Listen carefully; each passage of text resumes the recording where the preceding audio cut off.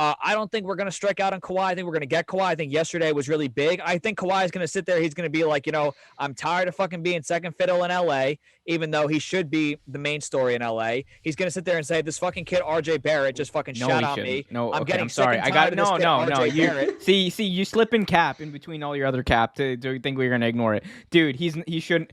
Kawhi, okay, I'm sorry. Kawhi is not coming to New York. LeBron, Lakers, Anthony. Yes, he is. LeBron James and Anthony Davis are the reigning champions, and the LA Lakers are the reigning champions.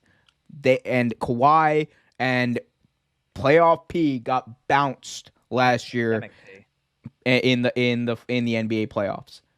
The story are the Lakers until the Clippers and Kawhi can prove that he can will that team to a finals again. Dude, that's it, dude.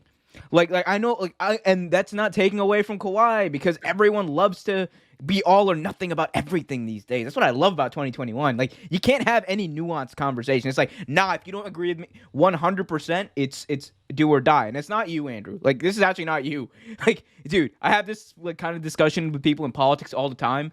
It's like, people literally don't want to wrap their heads around nuance at all. It's not but it's that's something that bothers me. It's just dude, yeah, we all know Kawhi's great. That's he actually might be pound for pound the best player in the league. You could probably still claim that and have an argument about it, right?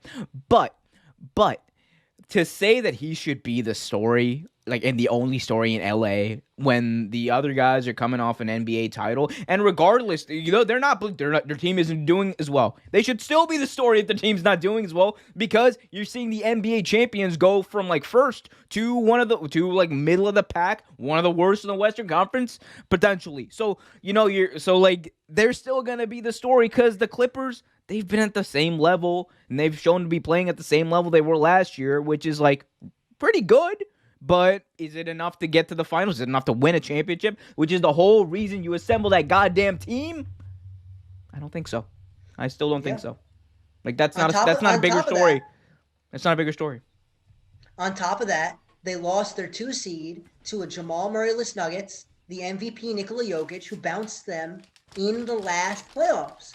So look, I'm a known Kawhi hater. You know that every time someone says something positive about Kawhi, I say something negative to balance out the karmic energy in the universe, right? Because Kawhi I say you got to feng shui the conversation. I see. Yeah, because Kawhi gets all the love, right? Everybody loves Kawhi. He's easy to love. Board man got game. He's quiet. He doesn't say much. He's in the gym. He's the kind of guy that you want on your team. There's no doubt about it. Kawhi is a great player. He is a top 2, 3, 4, 5, 6, wherever you want to put him. There are a lot of great players in the league right now. He's in that conversation, no doubt. But he's not. I mean, first of all, he's not coming to New York. I don't think that you do everything to get to LA to then leave. So I don't think he's coming to New York. First of all, but more importantly, the Clippers are. Omer's absolutely right. The Clippers are not a story until they make themselves a story. The Clippers off the court play has been the story because they make it. Because Paul George is in the media complaining about some bullshit every other week. It started with the mental health stuff.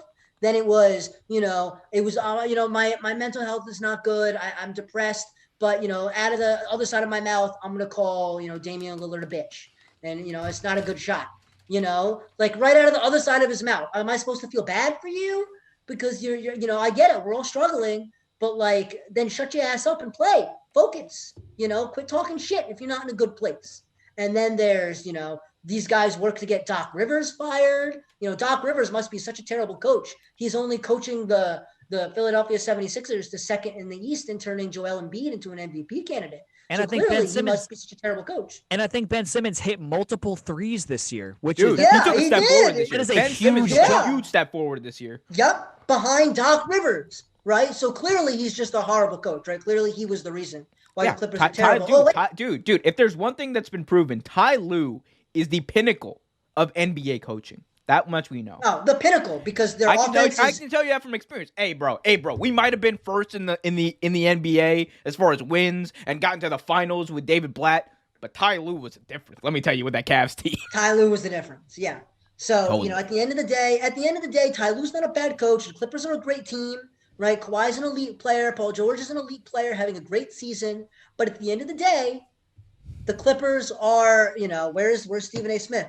The Clippers are the Dallas Cowboys of the NBA. They are an accident waiting to happen. At the end of the day, they're an accident waiting to happen. So Not let's see the dude, accident. especially with playoff P. Until, Especially yeah. with playoff P, man. He is huge, huge like Tony Romo vibes with him. Yeah. Amazing. Huge.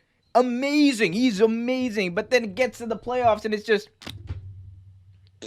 so literally that's what happened last year.